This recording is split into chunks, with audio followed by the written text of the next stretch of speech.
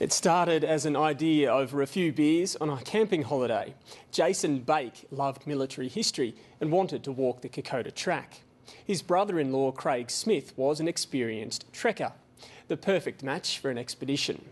There was just one obstacle: Jason is legally blind. That didn't stop them. In fact, along with another visually impaired man, Steve WIDDERS, they turned their expedition into Blind Courage, a fundraiser for Guide Dogs New South Wales and ACT. Sharon O'Neill reports. So we met in a pub at Armidale and we talked about it, and we hit it off straight away, and I said, look, I'd love to come, I'd like to be part of it. Can I please come? And I'm not sure what the answer was, but anyway, we went together.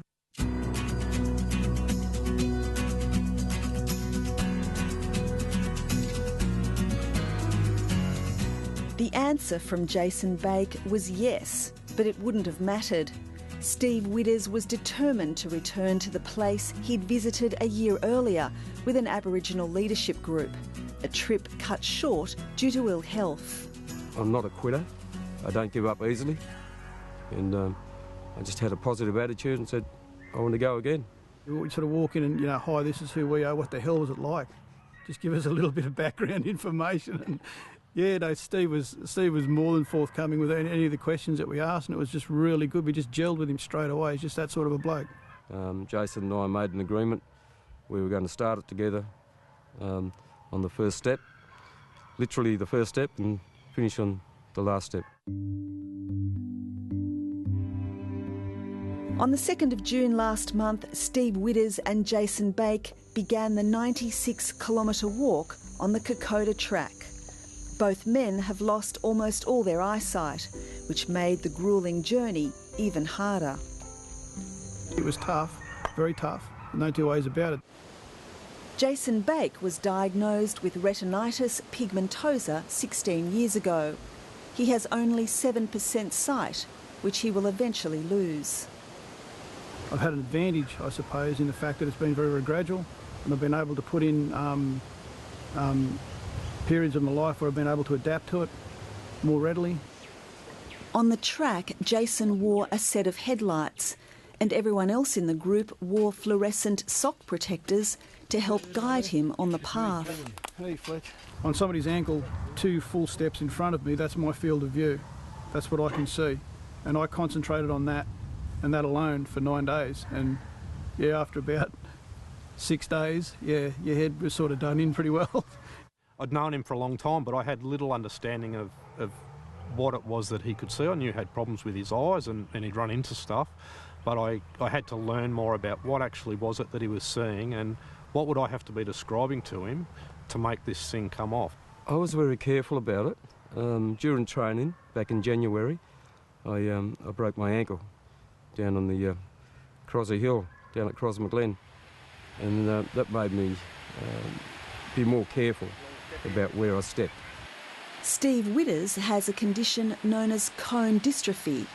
It was first diagnosed 20 years ago by Professor Fred Hollows. He has about 5% vision. Well, I had a choice. I could have been the disadvantaged victim all the time with misery and sorrowful, but I decided no, I'm a positive person. I'm going to turn this around and live life. And I was with a young guide, in fact 2 young guides. They were only young blokes. One was 28, the other one was only 24. And they'd never seen a blind person before. And they took me over that track, step by step, literally. And it was hard mentally and physically as well, but I think I was more prepared for the physical side of it rather than the mental.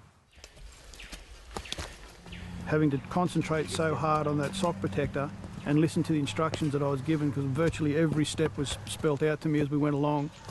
I have to step up or step down, move to my left, move to my right, that sort of stuff. It was, to concentrate that hard for 6 and 8 hours a day some days, and sometimes only 4 or 5 hours, but it was, you really had to concentrate or you'd come to grief and could risk hurting yourself pretty well. But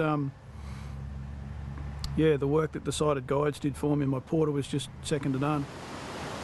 There was no time for appreciating the beautiful scenery up there, but but I imagined it all as it was being described to me. After 10 long, gruelling days, Jason Bake and Steve WIDDERS finished their trek as they promised they would, together. I was proud to be with these guys, and you know, we talk about walking in the footsteps of heroes, referring back to 1942 and the Diggers, but the team itself feels like we've walked in the footsteps of heroes by walking with Jason and Steve. Our hats off to those guys, they're so courageous. This week, that courage paid off when Jason and Steve got to inspect the litter that will produce one very special dog. This one's a boy. He's a little yellow boy. Yep. And that's the little yellow girl's sister, brother. One of the puppies we saw today is going to be named Kokoda in honour of their achievements, and we hope that 2 years from now Kokoda will graduate as a guide dog. It's in Yamangi. To be able to say that, you know, we've put enough money into the organisation to be able to train a dog that's going to benefit someone, or, you know, make somebody's quality of life better, improve their quality of life, is, you know, we really tick the boxes with what we wanted to do, and it's a really great feeling. There we go. What a good dog. To the step. Good boy.